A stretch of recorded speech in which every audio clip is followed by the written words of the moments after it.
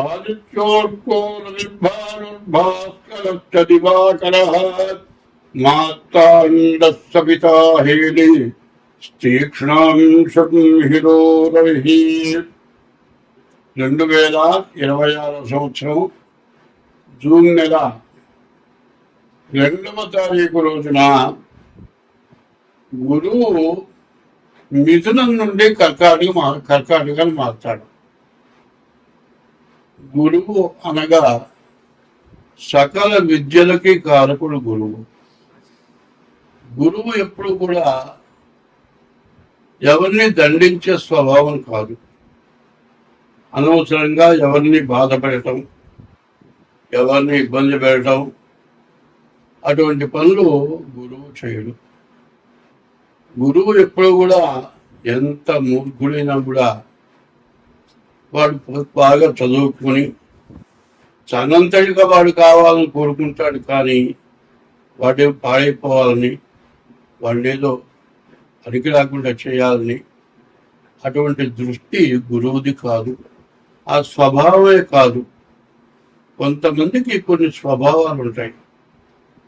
కొంతమంది తన దగ్గర పనిచేస్తూ ఉండి ఎవరి దగ్గర అయితే పనిచేస్తున్నారో వాళ్ళు పాడైపోయి తను బాగుపడాలనుకుంటారు. ఇట్లా దురాగతమైన స్వభావాలే దాదాపుగా ఎక్కువగా ఉంటాయి. మంచి స్వభావాలు ఉండేవాళ్ళు ఎవరంటే బుధుడు, గురువు, చంద్రుడు. ఈ 3 గ్రహాలు కూడా చాలా మంచి గ్రహాలు, చాలా మేలు చేసే గ్రహాలు. ఇప్పుడు మిథునం నుంచి కర్కాటకానికి గురువు మారాడు. కర్కాటకానికి గురువు ఉచ్చలో ఉన్నాడు. గురువు ఉచ్చలో ఉంటే ప్రతి గ్రహానికి కూడా లెక్క ఏంటంటే ద్వాదశాష్టమ జన్మస్థం శని అంగారకో గురు కుర్వంతి ప్రాణ సందేహం స్థాన చలనం ధనక్షయమని. 12, 1, 2, 4, 8 ఈ స్థానాలు అంటే తన రాశి దగ్గర నుంచి లెక్కేస్తే 12 అంటే మిథున రాశి, 1 అంటే కర్కాటక రాశి, 8 అంటే ధనుస్సు రాశి, 4 అంటే మీన రాశి. ఈ రాశుల్లో గురువు ఉంటే చాలా ఇబ్బంది పెడతాడు.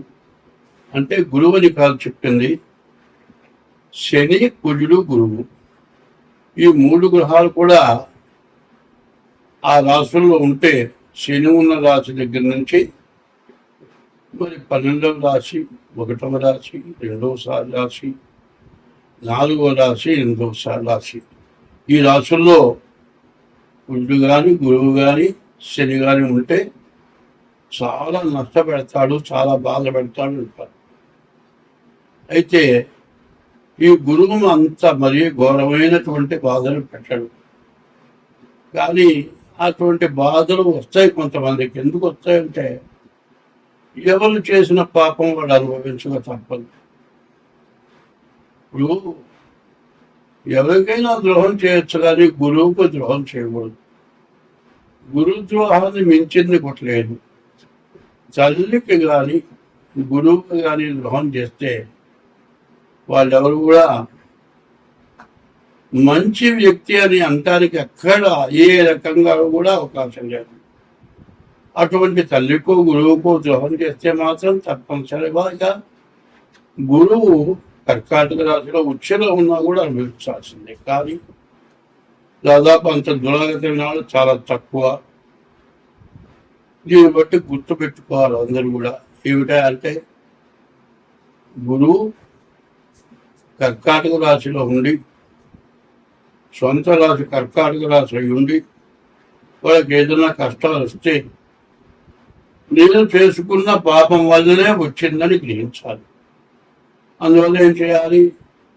మీ డేట్ ఆఫ్ బర్త్ ద్వారా జాతకాన్ని చూపించుకొని మరి మీ జాతకంలో ఉన్న దోషాలు ఏంటో తెలుసుకొని దాన్ని తగిన శాంతి చేసుకొని కొంతైనా బాధ తగ్గించుకోక తప్పదు. ఎందుకంటే చేసిన పాపం కొంతైనా అనుభవించాల్సిందే. అట్లా అనుభవించకపోతే అవి గ్రహాలు కాదు, మనం మనుషులు కాదు.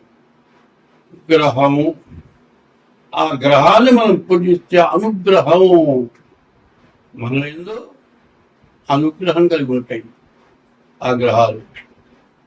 అదే కనుక మనం ఎటువంటి దోషం ఉన్నా కూడా ఏం చేయకుండా ఉంటే ఆగ్రహం, గ్రహానికి 3 రకాలు ఉన్నాయి. గ్రహం, ఆగ్రహం, అనుగ్రహం. అవి ఆగ్రహిస్తే మనం ఎందుకో తట్టుకోలేము.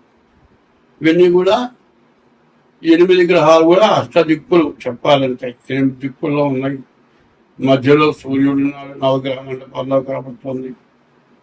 ఈ దోషాలు ఇట్లా ఇబ్బంది పెడతాయనేది తెలుసుకోవాల్సిన అవసరం ఉంది. అంటే ఈ జూన్ నెల 2వ తారీఖు వచ్చినటువంటి గురువు సంవత్సరం పాటు ఉంటాడు. వచ్చే సంవత్సరం 2027వ సంవత్సరం జూన్ నెల వరకు కూడా 1 సంవత్సరం పాటు ఒక రాశిలో గురువు ఉంటాడు. ఈ సంవత్సరం కూడా మరి సుఖపడాల్సిన టైమో కష్టపడాల్సిన టైమో మీరు ఆలోచించుకోవాలి. మరి అష్టమం 8 ఉండగా ప్రాణకంట కూడా అంటారు. అయితే ప్రాణం మాత్రం తీయడు. ప్రాణం తీసుకున్నంత బాధ కలుగుతుంది. ఎక్కడన్నా అప్పులు ఉంటే తీర్చుకోవాలి, ఇంట్లో తిండికి జరపాలి, ఎవరికి అవసరం వచ్చిన వాళ్ళకి తప్పదు. పిల్లలు చదువుకుంటున్నారు, వాళ్ళ ఫీజులు కట్టాలి, మరి ఇంట్లో తిండికి గడపాలి, అప్పు చేసిన వాళ్ళకి అప్పు తీర్చాలి. ఇవన్నీ కూడా సమస్యలే. ఈ సమస్యల్లో అంతా కూడా కాటాలాగా జాగ్రత్తగా ఎవరు కాదనకుండా జాగ్రత్తగా ఉండేటట్లుగా మరి జాగ్రత్త పడాల్సిన అవసరం చాలా ఉంది. కాబట్టి ఈ గురువు, జన్మంలో ఉన్నటువంటి గురువు ఎప్పుడు మేలే చేస్తాడు, అది మాత్రం నికరం. మరి ముందు కర్కాటకం చెప్పుకున్నాం, తర్వాత సింహరాశి చెప్పుకోవాలి. ఈ సింహరాశి పరిస్థితి చెప్పాలంటే చాలా కష్టదాయకంగా ఉంది. సింహరాశికి 12వ అష్టమంలో, సింహరాశికి అష్టమంలో శని ఉన్నాడు. సింహరాశికి ద్వాదశంలో గురువు ఉన్నాడు. సింహరాశికి అష్టమంలో శని, ద్వాదశంలో గురువు. ఇది చాలా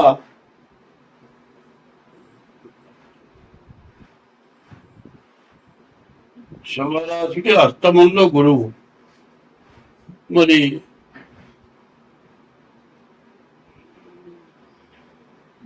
పన్నెండింట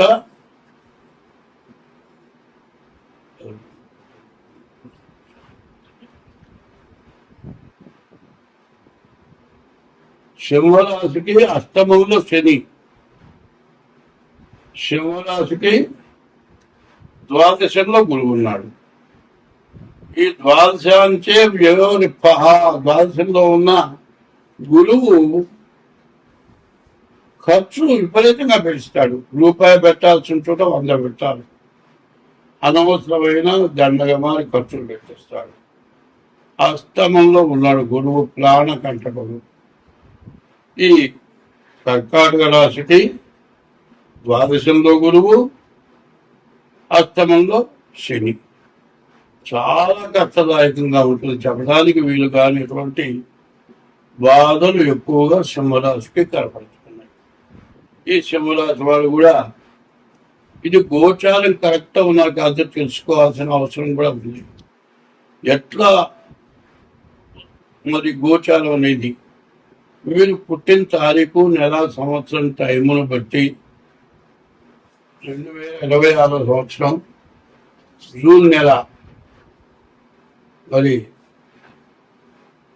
7వ రాశి తులారాశి. తులావృషభ రాశులకి శుక్రుడు అధిపతి. శుక్రుడు బాగున్నాడు, కేతువు ఏకాదశంలో ఉన్నాడు, శుక్రుడు ఆరింట బాగున్నాడు. శుక్రుడు, కేతువు, శని ఈ 3 గ్రహాలు బాగున్నాయి. కుజుడు సప్తమంలో ఉన్నాడు. కుజ దోషం, రాహుకేతుల మధ్యలో పడే గ్రహాలు, కాలసర్ప దోషం.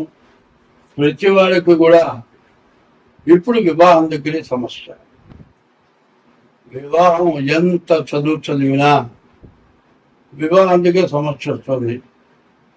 పిల్లని ఇవ్వాలి అంటే మీ అబ్బాయి ఏం చదువుకున్నాడు, మీ అబ్బాయి జీతం ఎంత, మినిమం నెలకి 1,50,000 2 లక్షలు అయితే కానీ మా అమ్మాయిని నాకు ₹1,00,00,000 ఆస్తి ఉందయ్యా, నీ ₹1,00,00,000 నాకు ఎందుకయ్యా, పెళ్లి కొడుకు 2 లక్షలు జీతం కావాలి. అమ్మాయి కావాలి జీతం వస్తుందా రాదు. ఏమీ చదువుకొని పిల్లలు కూడా ఇవ్వరు. ఆ పరిస్థితి వచ్చింది వాళ్ళ. ఎందుకంటే ఇదివరకు పెళ్లి జరగాలంటే అమ్మాయి కాస్త నడుగుమ్మ చూద్దాం, ఓ పాట పాడు అంటారు. ఇప్పుడు అట్లా కాదు, మగవాడిని పరీక్ష చేసే రోజు వచ్చింది. ఏదో కూడా మాట్లాడే ఒకసారి, మరి ఏం చేస్తున్నా, నీ ఉద్యోగం అంటే మగవాడిని ఆడపిల్లలు పరీక్ష చేసే రోజు వచ్చింది. ఇది మంచిది మాత్రం కాదు. స్త్రీ చిత్తం పురుషుడు భాగ్యం అన్నాడు. స్త్రీ మంచిదైతే ఆయన చాలా బాగుపడుతుంది. అక్షరాలు కూడా అక్కర్లా, వేలు ముద్రేసిన చాలు. మరి పల్లెటూళ్ళల్లో భార్య కూలి పనిచేసి సంపాదించుకొస్తుంది, భర్త పెళ్ళాం డబ్బులు కాజేసి తాగి ఎక్కడ పడిపోతాడు. పెళ్ళాం పోయి వాడిని తీసుకొచ్చి నీళ్లు పోసి తలంటి పోసి స్నానం చేయించి వాడికి అన్నం ముద్దలు చేసి నోట్లో పెడుతుంది.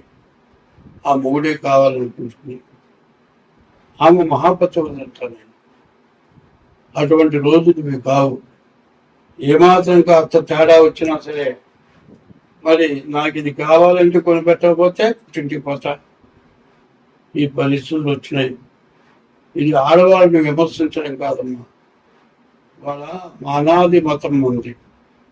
మరి భార్యాభర్తలు బండికి చక్రాలంటే వాళ్ళు. కాబట్టి భార్యాభర్త అనుగుణంగా ఉంటేనే మన మతం బాగుపడుతుంది. మన మతాన్ని మించిన మతం లేదు. ఈ మతం మొట్టమొదట పుట్టిన మతం. ఈ మతంలో మరి భార్యాభర్తలకు ప్రత్యేకమైన వాడు. ఎక్కడైనా వివాహం జరిగితే భార్యాభర్తలు ఇద్దరు కలిసి అక్షతలు వేసి ఆశీర్వచనం చేస్తారు. వాళ్ళకున్నంత విలువ, బ్రాహ్మణుడికి ఉన్నంత విలువ భార్యాభర్తలకు ఉంది. ఆ విలువని కాపాడండి. కాబట్టి ఈ రాశి వాళ్ళకి చెప్పాలంటే, సరిగ్గా కుజుడు సప్తమంలో ఉన్నాడు, రాహుకేతుల మధ్యలో గ్రహాలు పడ్డాయి, శుక్రుడు బాగున్నాడు, వివాహం చేయడానికి అవకాశం ఉంది, శని బాగున్నాడు. కానీ వివాహం మాత్రం చాలా జాగ్రత్తగా చేసుకోవాలి. డేట్ ఆఫ్ బర్త్ చూసుకొని జాగ్రత్తగా షష్టాష్టకాలు, కాలసర్ప దోషం, కుటి దోషం లేకుండా వివాహం చేసుకుంటే మంచిది. ఈ వివాహ సమయంలోనే జీవితం పాడైపోయే పరిస్థితి కనపడుతుంది ఈ రాశి వాళ్ళకి. కాబట్టి మీరు ముందుగా జాగ్రత్త పడాలి. మీకు కావాలంటే నా పేరు పంగులూరు లక్ష్మీనారాయణ. నా ఫోన్ నెంబర్లు 6300061241. ఈ నెంబర్ ఒకటి, 7801071946. ఈ 2 నెంబర్లకి ఫోన్ చేసి డేట్ ఆఫ్ బర్త్ వాట్సాప్లో పెట్టి, అది లేకపోతే అరిచేతిలో ఫోటో తీసి వాట్సాప్లో పెట్టి మీ జాతకం సమగ్రంగా చూసి మీకు అన్ని విధాలా బాగుండేటట్లుగా చెప్పటానికి నా జీవిత సర్వస్వం విద్యలో ప్రోత్సాహం చూపించి అందరూ బాగుండేట్లుగా చెప్పగలిగిన శక్తి మా గురువులు ఇచ్చారు. అటువంటి శక్తి ఉంది కాబట్టి మీరు తప్పనిసరిగా ఇల్లు కట్టాలంటే పునాది కావాలి. పునాది సక్రమంగా లేకుండా ఇల్లు కడితే ఆ ఇల్లు నిలవదు. పెళ్లి చేసుకోవాలన్నా, వ్యాపారం చేసుకోవాలన్నా, చదువుకోవాలన్నా పునాది ఏమిటాయి అంటే జాతకం.